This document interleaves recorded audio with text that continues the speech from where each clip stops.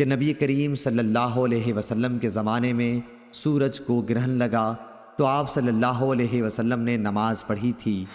آپ صلی اللہ علیہ وسلم نے اتنا لمبا قیام کیا کہ اتنی دیر میں سورہ بقرہ پڑھی جا سکتی تھی۔ پھر آپ صلی اللہ علیہ وسلم نے رکوع لمبا کیا اور اس کے بعد کھڑے ہوئے تو اب کی مرتبہ بھی قیام بہت لمبا تھا لیکن پہلے سے کچھ کم۔ پھر ایک دوسرا لمبا رکوع کیا جو پہلے رکوع سے کچھ کم تھا۔ پھر آپ صلی اللہ علیہ وسلم سجدے میں گئے، سجدے سے اٹھ کر پھر لمبا قیام کیا لیکن پہلے قیام کے مقابلے میں کم لمبا تھا۔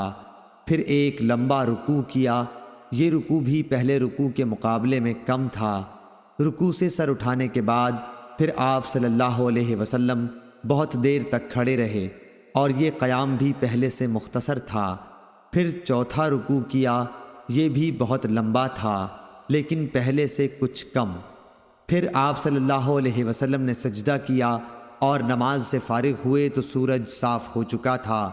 اس کے بعد آپ صلی اللہ علیہ وسلم نے خطبے میں فرمایا کہ سورج اور چاند دونوں اللہ تعالیٰ کی نشانیاں ہیں اور کسی کی موت و زندگی کی وجہ سے ان میں گرہن نہیں لگتا، اس لیے جب تم کو معلوم ہو کہ گرہن لگ گیا ہے تو اللہ تعالیٰ کا ذکر کرو۔ صحابہ رضی اللہ عنہم نے عرض کیا، یا رسول اللہ صلی اللہ علیہ وسلم، ہم نے دیکھا کہ نماز میں اپنی جگہ سے آپ آگے بڑھے اور پھر اس کے بعد پیچھے ہٹ گئے۔ آپ نے فرمایا کہ میں نے جنت دیکھی اور اس کا ایک خوشہ توڑنا چاہا تھا، اگر میں اسے توڑ سکتا تو تم اسے رہتی دنیا تک کھاتے، اور مجھے جہنم بھی دکھائی گئی، میں نے اس سے زیادہ بھیانک اور خوفناک منظر کبھی نہیں دیکھا، میں نے دیکھا اس میں عورتیں زیادہ ہیں۔